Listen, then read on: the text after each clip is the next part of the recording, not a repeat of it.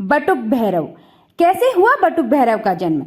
प्राचीन काल में आपदा नामक राक्षस था जिसने कठोर तपस्या करके यह वर मांगा कि उसकी मृत्यु केवल 5 वर्षीय बालक से ही हो सकती है और कोई भी उसे नहीं मार सकता। वरदान प्राप्त करते ही उसने तीनों लोकों में हाहाकार मचा दी, अपना आतंक फैला दिया। तभी सभी देवताओं ने अपने शरीर से एक तेजो धारा उत्पन्न करी।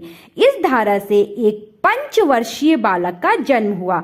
इस बालक में अद्भुत तेज था और इसी बालक ने आपदा राक्षस का वध किया। बाद में इन्हें बटुक भैरव के नाम से जाना जाने लगा।